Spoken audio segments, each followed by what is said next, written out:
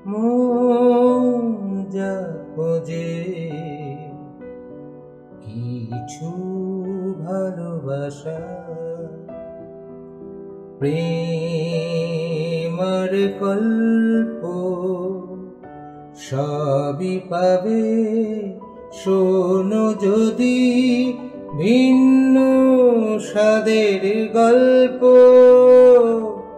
ভিন্ন স্বাদের গল্প, ভিন্ন স্বাদের গল্প।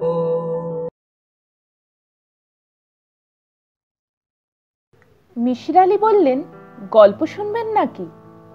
আমি ঘড়ির দিকে তাকালাম। রাত মন্দ হয়নি, 10টার মতো বাজে। বাসায় ফেরা দরকার।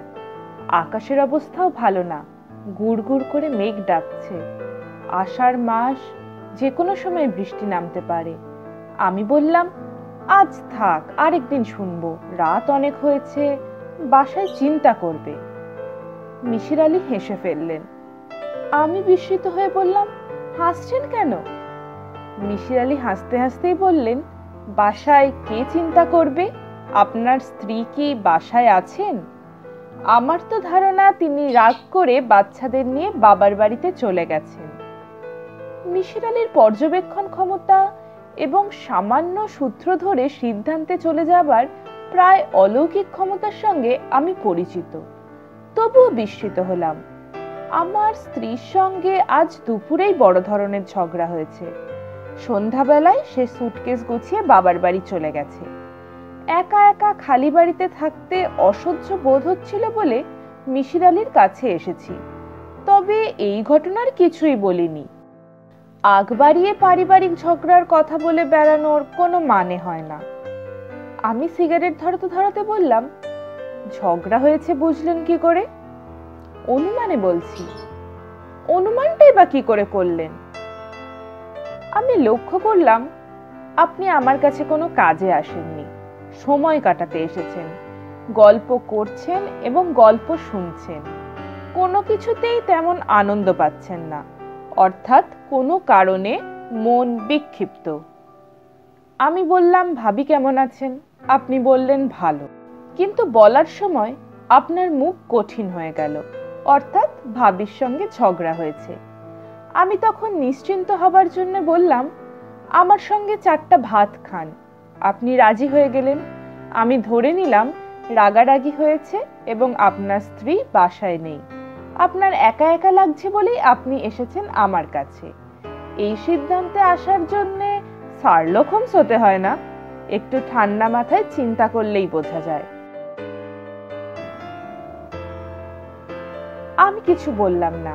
মিসির আলি বললেন, চা চড়াচ্ছি, চা খেয়ে গল্প শুনুন, তারপর এইখানেই শুয়ে ঘুমিয়ে পড়ুন।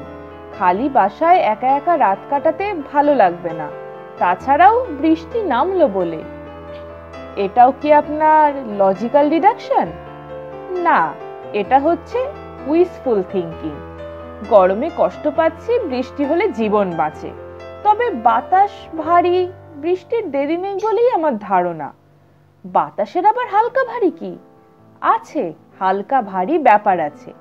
বাতাসে জলীয় বাষ্পের পরিমাণ যখন বেড়ে যায় বাতাস হয় ভারী।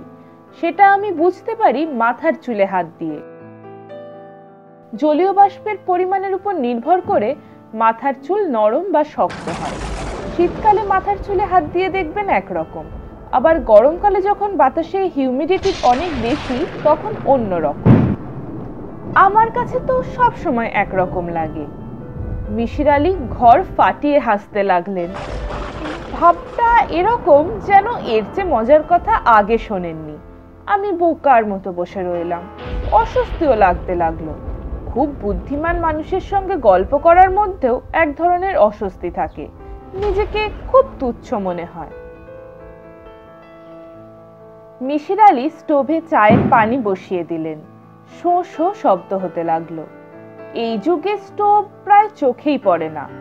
মিসির আলি এই বস্তু কোত্থেকে জোগাড় করেছেন কে জানে। কিছুক্ষণ পর পর পাম্প করতে হয়, অনেক যন্ত্রণা। চায়ের কাপ হাতে বিছানায় এসে বসা মাত্র বৃষ্টি শুরু হলো। তুমুল বর্ষণ। মিসির আলি বললেন, আমার বেহেশতে যেতে ইচ্ছা করে না কেন জানেন? জানি না। বেহেশতে যেতে ইচ্ছা করে না কারণ সেখানে ঝড় বৃষ্টি নেই। এয়ার কুলার বসানো একটা ঘরের মতো সেখানকার আবহাওয়া। তাপ বাড়বেও না, কমবেও না, অনন্তকাল একই থাকবে। কোনো মানে হয়? আপনি কি বেহেশত, দোজখ এসব নিয়ে মাথা ঘামান? না, ঘামাই না। সৃষ্টিকর্তা নিয়ে মাথা ঘামান? হ্যাঁ, ঘামাই। খুব চিন্তা করি, কোনো কুল কিনারা পাই না। পৃথিবীর সমস্ত ধর্মগ্রন্থ কি বলে জানেন? বলে সৃষ্টিকর্তা বা ঈশ্বর পারেন না এমন কিছুই নেই, তিনি সব পারেন। অথচ আমার ধারণা তিনি দুটো জিনিস পারেন না যা মানুষ পারে। আমি অবাক হয়ে বললাম, উদাহরণ দিন। সৃষ্টিকর্তা নিজেকে ধ্বংস করতে পারেন না, মানুষ পারে। আবার সৃষ্টিকর্তা দ্বিতীয় একজন সৃষ্টিকর্তা তৈরি করতে পারেন না, মানুষ কিন্তু পারে। সে সন্তানের জন্ম দেয়। আপনি তাহলে একজন নাস্তিক? না, আমি নাস্তিক না, আমি খুবই আস্তিক। আমি এমন সব রহস্যময় ঘটনা আমার চারপাশে ঘটতে দেখেছি যে বাধ্য হয়ে আমাকে আস্তিক হতে হয়েছে। ব্যাখ্যাতীত সব ঘটনা, যেমন স্বপ্নের কথাটাই ধরুন। সামান্য স্বপ্ন, অথচ ব্যাখ্যাতীত একটা ঘটনা। ব্যাখ্যাতীত হবে কেন? ফ্রয়েড তো চমৎকার ব্যাখ্যা করেছেন বলে শুনেছি।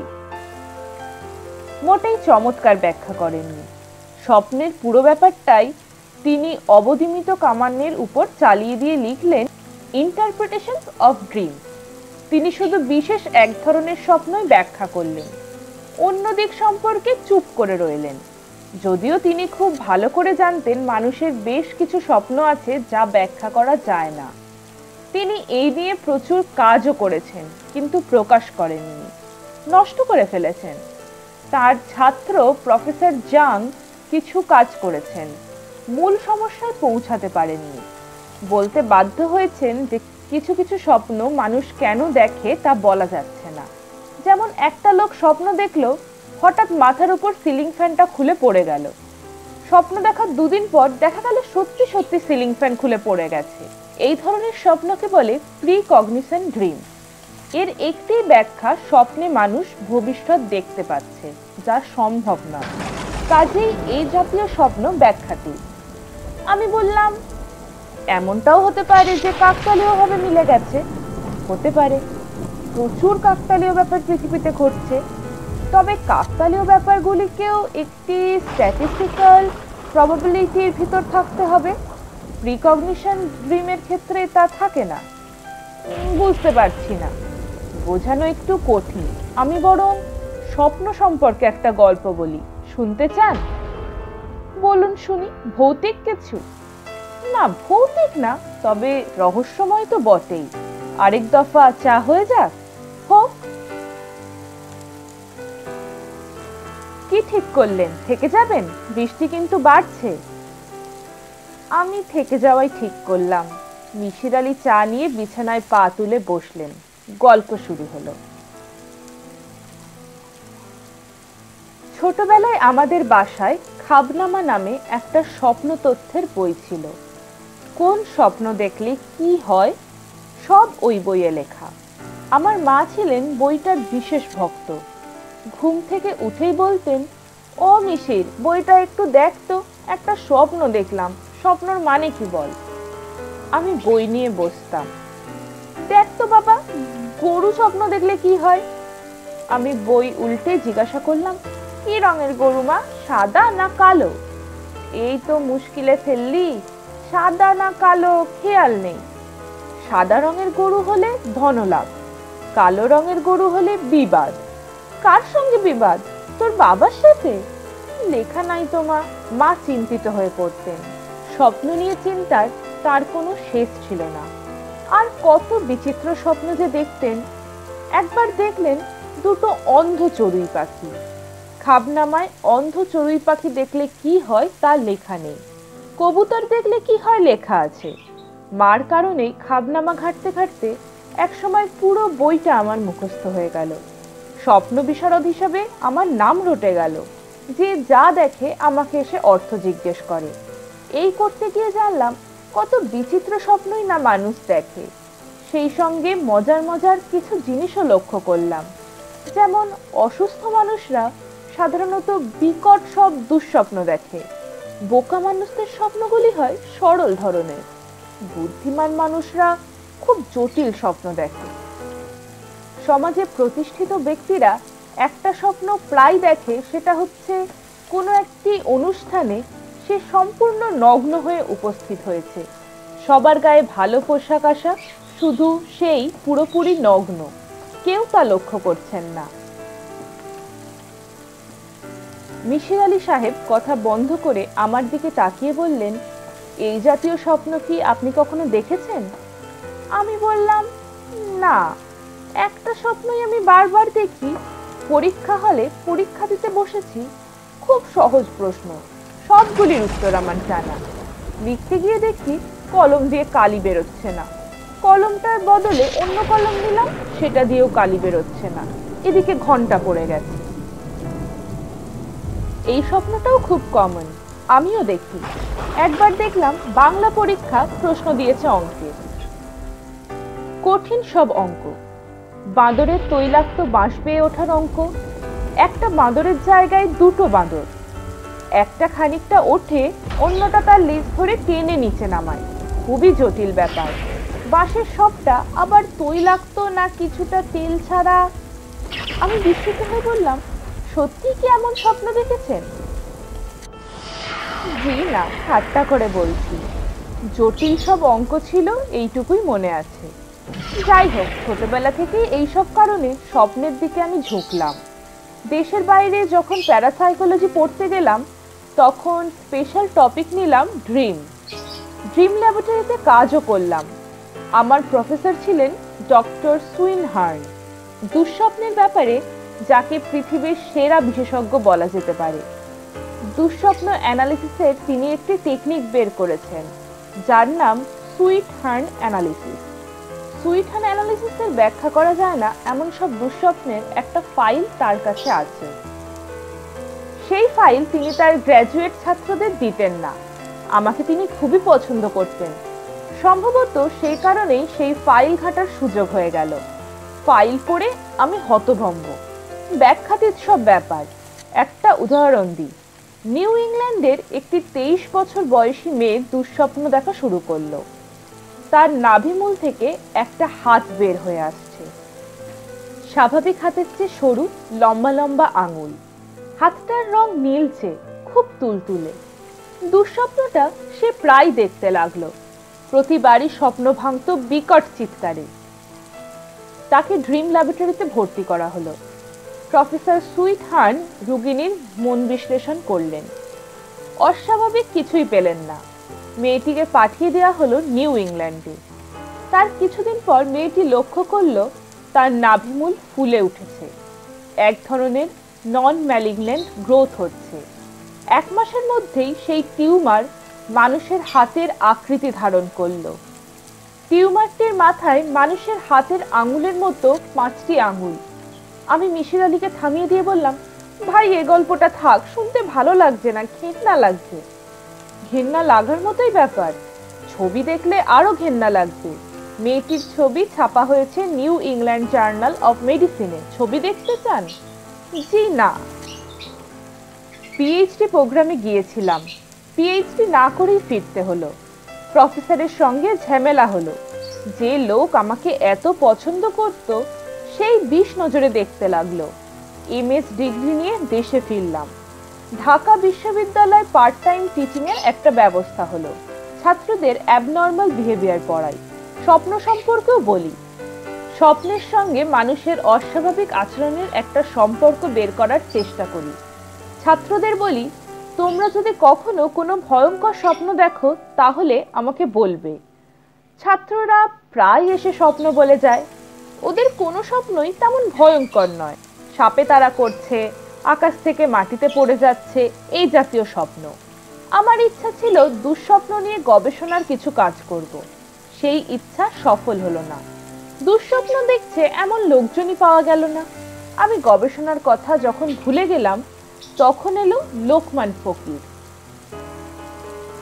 লোকমান ফকিরের বাড়ি কুমিল্লা নবীনগরে, বয়স 30-35। শিপিং কর্পোরেশনে মোটামুটি ধরনের চাকরি করে। 2 কামরার একটা বাড়ি ভাড়া করেছে কাঁঠাল বাগানে। বিয়ে করেনি, তবে বিয়ের চিন্তা ভাবনা করছে। তার এক মামাতো বোনের সঙ্গে বিয়ের কথাবার্তা হচ্ছে। মেয়েটিকে তার পছন্দ নয়, তবে অপছন্দের কথা সে সরাসরি বলতেও পারছে না, কারণ তার এই মামা তাকে পড়াশোনা করিয়েছেন। ছেলেটি এক সন্ধ্যায় আমার সঙ্গে দেখা করতে এলো। আমি তাকে দেখে চমকে উঠলাম। মুখ ফ্যাকাশে, মৃত মানুষের চোখের মতো ভাবলেশহীন চোখ। যৌবনের নিজস্ব যে জ্যোতি যুবক যুবতীর চোখে থাকে তার কিছুই নেই। ছেলেটি হাঁটছে খুঁড়িয়ে খুঁড়িয়ে, কিছুক্ষণ পরপরই চমকে উঠছে। সে ঘরে ঢুকেই বিনা ভূমিকায় বলল, স্যার, আপনি আমাকে বাঁচান। আমি ছেলেটিকে বসালাম, পরিচয় নিলাম। হালকা কিছু কথাবার্তা বলে তাকে স্বাভাবিক করার চেষ্টা করলাম। তাতে খুব লাভ হলো বলে মনে হলো না। তার অস্থিরতা কমলো না। লক্ষ্য করলাম সে স্থির হয়ে বসতেও পারছে না, খুব নড়াচড়া করছে। আমি বললাম, তোমার সমস্যাটা কি? ছেলেটি রুমাল দিয়ে কপালের ঘাম মুছতে মুছতে প্রায় অস্পষ্ট গলায় বলল, স্যার, আমি দুঃস্বপ্ন দেখি, ভয়ঙ্কর দুঃস্বপ্ন। আমি বললাম, দুঃস্বপ্ন দেখে না এমন মানুষ তুমি খুঁজে পাবে না। সাপে তাড়া করছে, বাঘে তাড়া করছে, আকাশ থেকে নিচে পড়ে যাওয়া, এগুলি খুবই কমন স্বপ্ন। সাধারণত হজমের অসুবিধা হলে লোকজন দুঃস্বপ্ন দেখে, ঘুমের অসুবিধা হলেও দেখে। তুমি শুয়ে আছো, মাথার নিচ থেকে বালিশ সরে গেল, তখন এরকম স্বপ্ন তুমি দেখতে পারো। শারীরিক অস্বস্তির একটা প্রকাশ ঘটে দুঃস্বপ্নে। আগুনে পোড়ার স্বপ্ন মানুষ কখন দেখে জানো? যখন পেটে গ্যাস হয়, সেই গ্যাসে বুক জ্বালাপোড়া করে, তখন সে স্বপ্ন দেখে তাকে জ্বলন্ত আগুনে ফেলে দেওয়া হয়েছে। স্যার, আমার স্বপ্ন এরকম না, অন্য রকম। ঠিক আছে, গুছিয়ে বলো, শুনে দেখি কিরকম। ছেলেটির সঙ্গে সঙ্গে কথা শুরু করলো। মুখস্থ বলে যাবার মতো বলে যেতে লাগলো। মনে হয় আগে ঠিকঠাক করে এসেছে এবং অনেকবার রিহার্সাল দিয়েছে। কথা বলার সময় একবারও আমার চোখের দিকে তাকালো না। যখন প্রশ্ন করলাম তখনও না। প্রথম স্বপ্নটা দেখি বুধবার রাতে 11টার দিকে ঘুমোতে গেছি। আমার ঘুমের কোনো সমস্যা নেই, শোয়া মাত্র ঘুমিয়ে পড়তে পারি। সে রাতেও তাই হলো। বিছানায় শোয়া মাত্র ঘুমিয়ে পড়েছি, সঙ্গে সঙ্গে স্বপ্নটা দেখেছি। কি করে বুঝলে শোয়া মাত্র স্বপ্ন দেখেছো? জেগে উঠে ঘড়ি দেখেছি, 11টা 10। আচ্ছা, স্বপ্নটা বলো। আমি দেখলাম খোলামেলা একটা মাঠের মতো জায়গা, খুব বাতাস বইছে, শো শো শব্দ হচ্ছে, রীতিমতো শীত লাগছে। আমার চারদিকে অনেক মানুষ, কিন্তু ওদের কাউকে দেখতে পাচ্ছি না। ওদের কথা শুনতে পাচ্ছি, হাসির শব্দ শুনছি, একটা বাচ্চা ছেলে কাঁদছে, তাও শুনছি। বুড়ো মতো একটা লোকের কাশির শব্দ শোনা যাচ্ছে, কিন্তু কাউকে আবছা ভাবেও দেখতে পাচ্ছি না। একবার মনে হলো আমি বোধহয় অন্ধ হয়ে গেছি। চারদিকে খুব তীক্ষ্ণ চোখে তাকালাম। মাঠ দেখতে পাচ্ছি, কুয়াশা দেখতে পাচ্ছি, কিন্তু মানুষজন দেখছি না, অথচ তাদের কথা শুনছি। হঠাৎ ওদের কথাবার্তা সব থেমে গেল। বাতাসের শোঁ শোঁ শব্দ যেন বন্ধ হয়ে গেল। মনে হলো কেউ যেন এসেছে, তার ভয়ে সবাই চুপ করে গেছে। আমার নিজেরও প্রচন্ড ভয় লাগলো, এক ধরনের অন্ধ ভয়। তখন শ্লেষ্মা জড়িত মোটা গলায় কে একজন বলল, ছেলেটি তো দেখি এসেছে, মেয়েটা কোথায়? কেউ জবাব দিল না। খানিকক্ষণের জন্য বাচ্চা ছেলেটির কান্না শোনা গেল, সঙ্গে সঙ্গে থেমেও গেল। মনে হলো কেউ যেন তার মুখে হাত চাপা দিয়ে কান্না বন্ধ করার চেষ্টা করছে। ভারী গলায় লোকটা আবার কথা বলল, মেয়েটা দেরি করছে কেন? কেন এত দেরি? ছেলেটিকে তো বেশিক্ষণ রাখা যাবে না, এর ঘুম পাতলা হয়ে এসেছে, ও জেগে যাবে। হঠাৎ চারদিকে সাড়া পড়ে গেল, একসঙ্গে সবাই বলে উঠল, এসেছে এসেছে, মেয়েটা এসেছে। আমি চমকে উঠে দেখলাম আমার পাশে একটা মেয়ে দাঁড়িয়ে আছে। খুব রোগা একটা মেয়ে, অসম্ভব ফর্সা, বয়স 18-19, এলোমেলো ভাবে শাড়ি পরা, লম্বা চুল, চুলগুলি ছেড়ে দেওয়া, বাতাসে উঠছে। মেয়েটা ভয়ে থরথর করে কাঁপছে। আমি অবাক হয়ে মেয়েটির দিকে তাকিয়ে আছি। সে অসংকোচে আমার হাত ধরে কাঁপা গলায় বলল, আমার ভয় করছে, আমার ভয় করছে। আমি বললাম, আপনি কে? সে বলল, আমার নাম নার্গিস। আপনি যা দেখছেন তা স্বপ্ন, ভয়ঙ্কর স্বপ্ন, একটু পরে বুঝবেন। আগে এই স্বপ্নটা শুধু আমি একা দেখতাম, এখন মনে হয় আপনিও দেখবেন। মেয়েটা কাঁদতে শুরু করলো, আতঙ্কে অস্থির হয়ে আমার গা ঘেঁষে দাঁড়ালো। কাঁদতে কাঁদতেই বলল, আপনি কিছু মনে করবেন না, আমার ভয় লাগছে বলেই আমি এভাবে দাঁড়িয়ে আছি। এরা প্রতি মাসে একবার করে আমাকে এই স্বপ্নটা দেখায়। আমি বললাম, এরা কারা? জানি না, কিচ্ছু জানি না। আপনি থাকায় কেন জানি একটু ভরসা পাচ্ছি, যদিও জানি আপনি কিছুই করতে পারবেন না, কিছুই না, কিছুই না, কিছুই না। মেয়েটি হাঁপাতে শুরু করলো, আর তখন সেই ভারী এবং শ্লেষ্ঠ জড়ানো কণ্ঠ চিৎকার করে বলল, সময় শেষ, দৌড়াও দৌড়াও দৌড়াও। সেই চিৎকারের মধ্যে ভয়ঙ্কর পৈশাচিক কিছু ছিল। আমার শরীরের প্রতিটি স্নায়ু থরথর করে কাঁপতে লাগলো, চোখের সামনে কুয়াশা কেটে যেতে লাগলো, চারিদিকে তীব্র আলো, এত তীব্র যে চোখ ধাঁধিয়ে যায়। যাদের কথা শুনছিলাম অথচ দেখতে পাচ্ছিলাম না, এই আলোয় সবাইকে স্পষ্ট দেখতে পেলাম। এরা এরা এরা এরা কি? এরা মানুষ নয়, অন্য কিছু। লম্বাটে পশুর মতো মুখ, হাত পা মানুষের মতো, সবাই নগ্ন। এরা অদ্ভুত এক ধরনের শব্দ করতে লাগলো, আমার কানে বাজতে লাগলো, দৌড়াও দৌড়াও। আমরা দৌড়াতে শুরু করলাম, আমাদের পিছনে সেই জন্তুর মতো মানুষগুলিও দৌড়াচ্ছে। আমরা ছুটছি মাঠের ওপর দিয়ে, সেই মাঠে কোনো ঘাস নেই, সমস্ত মাঠময় অযুত নিযুত লক্ষ কোটি ধারালো ব্লেড সারি সারি সাজানো। সেই ব্লেডে আমার পা কেটে ভিন্ন ভিন্ন হয়ে যাচ্ছে, তীব্র তীক্ষ্ণ যন্ত্রণা। চিৎকার করে উঠলাম, আর তখনই ঘুম ভেঙে গেল। দেখি ঘামে সমস্ত বিছানা ভিজে গেছে। এই তোমার স্বপ্ন? জি। দ্বিতীয় স্বপ্ন কখন দেখলে? ঠিক 1 মাস পর।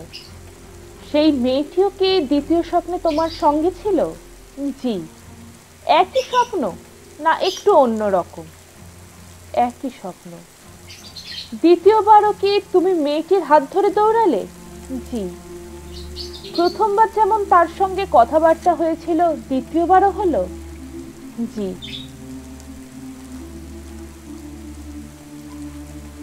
দ্বিতীয়বারও কি মেয়েটা পরে এসেছে, তুমি আগে এসে অপেক্ষা করছিলে? জি না, দ্বিতীয়বারে মেয়েটি আগে এসেছিল, আমি পরে এসেছি। দ্বিতীয়বারের স্বপ্ন তুমি রাত কটায় দেখেছো? ঠিক বলতে পারবো না, তবে শেষ রাতের দিকে। ঘুম ভাঙার কিছুক্ষণের মধ্যে ফজরের আজান হলো। দ্বিতীয়বারের স্বপ্নে মোটা গলার লোকটি একই কথা বলল? জি। লোকমান ফকির রুমালে কপালের ঘাম মুছতে লাগলো, সে অসম্ভব ঘামছে। আমি বললাম, পানি খাবে? পানি এনে দেব? জি স্যার, দিন। আমি পানি এনে দিলাম। সে এক নিঃশ্বাসে পানি শেষ করে ফেলল। আমি বললাম, স্বপ্ন ভাঙার পর তুমি দেখলে তোমার দুটি পাই ব্লেডে কেটে ক্ষত বিক্ষত হয়ে গেছে, তাই না? লোকমান হতভম্ব হয়ে বলল, জি স্যার। আপনি কি করে বুঝলেন? তুমি খুঁড়িয়ে খুঁড়িয়ে ঘরে ঢুকলে, সেখান থেকে অনুমান করেছি। তাছাড়া তোমার পা স্বপ্নে দেখার পর কেটে যাচ্ছে বলেই স্বপ্নটা ভয়ঙ্কর। পা যদি না কাটতো স্বপ্নটা ভয়ঙ্কর হতো না, বরং একটা মধুর স্বপ্ন হতো। কারণ স্বপ্নে একটি মেয়ের সঙ্গে তোমার দেখা হচ্ছে, যে তোমার গা ঘেঁষে দাঁড়িয়ে আছে। 18-19 বছরের রূপবতী একটি মেয়ে হাত ধরে তোমার সঙ্গে দৌড়াচ্ছে। আমার কথার মাঝখানেই লোকমান ফকির পায়ের জুতো খুলে ফেলল, মোজা খুলল। আমি হতভম্ব হয়ে দেখলাম পায়ের তলা ফালা ফালা করে কাটা। এমন কিছু সত্যি সত্যি ঘটতে পারে আমি ভাবিনি। লোকমান ক্ষীণ গলায় বলল, এটা কি করে হয় স্যার? আমি ঠিক বুঝতে পারছি না, তবে স্বপ্নের ব্যাপারে পড়াশোনা যা করেছি তার থেকে তোমাকে একটা কথা বলতে পারি। ইনভার্ট রিয়াকশন বলে একটা ব্যাপার আছে। ধরো তোমার একটা আঙুল পুড়ে গেল, সেই খবর স্নায়ুর মাধ্যমে যখন তোমার মস্তিষ্কে পৌঁছাবে তখন তুমি ব্যথা পাবে। ইনভার্ট রিয়াকশন কি হয় জানো? আগে মস্তিষ্কে আঙুল পোড়ার অনুভূতি পায়, তারপর সেই খবর আঙুলে পৌঁছায়, তখন আঙুলটি পোড়া পোড়া হয়ে যেতে পারে। স্বপ্নের পুরো ব্যাপারটা হয় মস্তিষ্কে, সেখান থেকে ইনভার্ট রিয়াকশনে শরীরে তার প্রভাব পড়তে পারে। এক লোক স্বপ্ন দেখত তার হাতে কে যেন পিন ফোটাচ্ছে। ঘুম ভাঙার পর তার হাতে সত্যি সত্যি পিন ফোটার দাগ দেখা যেত। তোমার ক্ষেত্রেও হয়তো তাই ঘটেছে। তবে এমন ভয়াবহভাবে পা কাটা ইনভার্ট রিয়াকশনে সম্ভব বলে আমার মনে হয় না। তাহলে কি? আমি বুঝতে পারছি না। লোকমান ক্লান্ত স্বরে বলল, 1 মাস পর পর আমি স্বপ্নটা দেখি, কারণ পায়ের ঘা শুকোতে 1 মাস লাগে। আমি লোকমান ফকিরের দিকে খানিকক্ষণ তাকিয়ে থেকে বললাম, তুমি এখন থেকে একটা কাজ করবে, ঘুমোতে যাবে জুতো পায়ে দিয়ে। স্বপ্নে যদি তোমাকে দৌড়াতেও হয় তোমার পায়ে থাকবে জুতো, ব্লেড তোমাকে কিছু করতে পারবে না। সত্যি বলছেন? আমার তাই ধারণা। আমার মনে হচ্ছে জুতো পরে ঘুমোলে তুমি স্বপ্নটাই আর দেখবে না। লোকমান ফকির চলে গেল। খুব ভরসা পেল বলে মনে হলো না। আমি তাকে বলে দিয়েছিলাম 1 মাস পর স্বপ্ন দেখা হয়ে গেলে সে যেন আসে। সে এলো 1.5 মাস পর। তার মুখ আগের চেয়েও শুকনো, চোখ ভাবলেশহীন, অথর্ব মানুষের মতো হাসছে। আমি বললাম, স্বপ্ন দেখেছো? জি না। জুতো পায়ে ঘুমোচ্ছ? জি স্যার, জুতো পায়ে দেওয়ার জন্যই স্বপ্ন দেখছি না। আমি হাসিমুখে বললাম, তাহলে তো তোমার রোগ সেরে গেল, এত মন খারাপ কেন? মনে হচ্ছে বিরাট সমস্যায় পড়েছো, সমস্যাটা কি? লোকমান নিচু গলায় বলল, মেয়েটার জন্য মন খারাপ স্যার। বেচারি একা একা স্বপ্ন দেখছে, এত ভালো একটা মেয়ে কষ্ট করছে। আমি সঙ্গে থাকলে সে একটু ভরসা পায়। নিজের জন্য কিছু না, মেয়েটার জন্য খুব কষ্ট হয়। লোকমানের চোখে প্রায় পানি এসে গেল। আমি বিস্মিত হয়ে তাকিয়ে রইলাম। সে বলে কি? স্যার, আমি ঠিক করেছি জুতো পরবো না, যা হবার হবে। নার্গিসকে একা একা যেতে দেব না, আমি থাকবো সঙ্গে। মেয়েটার জন্যে আমার খুব কষ্ট হয় স্যার, এত চমৎকার একটা মেয়ে। আমি স্যার থাকবো তার সঙ্গে। সেটা কি ভালো হবে? জি স্যার, হবে। আমি তাকে ছাড়া বাঁচবো না। সে কিন্তু স্বপ্নের একটি মেয়ে।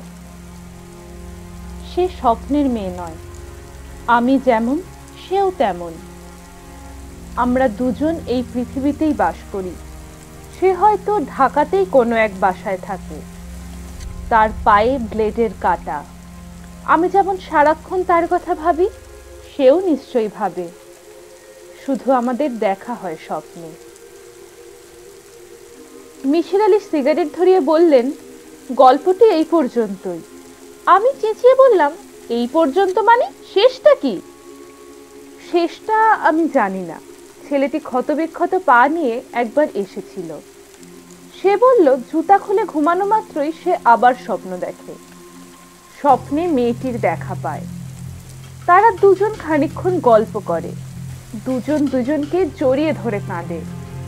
এক সময় মানুষের মতো জন্তুগুলো চেঁচিয়ে বলে, দৌড়াও দৌড়াও। তারা দৌড়াতে শুরু করে। ছেলেটি আপনার কাছে আর আসেনি? জি না। ছেলেটির বর্তমান অবস্থা সম্পর্কে আপনি কি কিছু জানেন? না, জানি না, তবে অনুমান করতে পারি।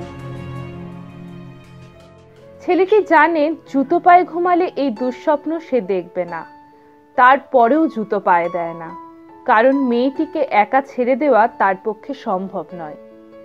প্রেমের ক্ষমতা যে কি প্রচন্ড হতে পারে, প্রেমে না পড়লে তা বোঝা যায় না। ছেলেটির পক্ষে এই জীবনে তার স্বপ্ন সঙ্গিনীর মায়া কাটানো সম্ভব না। সে বাকি জীবনে কখনো জুতো পায়ে ঘুমোবে না। সে আসলে দুঃস্বপ্নের হাত থেকে মুক্তি চায় না। দুঃস্বপ্ন হলেও এটি সেই সঙ্গে তার জীবনের মধুরতম স্বপ্ন। আপনার কি ধারণা, নার্গিস নামের কোনো মেয়ে এই পৃথিবীতে সত্যি সত্যি আছে? মিশির আলী নিচু গলায় বললেন, আমি জানি না। রহস্যময় এই পৃথিবীর খুব কম রহস্যের সন্ধানই আমি জানি। তবে মাঝে মাঝে আমারও কেন জানি না এই মেয়েটির হাত ধরে একবার দৌড়াতে ইচ্ছে করে। আরেক দফা চা হবে? পানি কি গরম করব?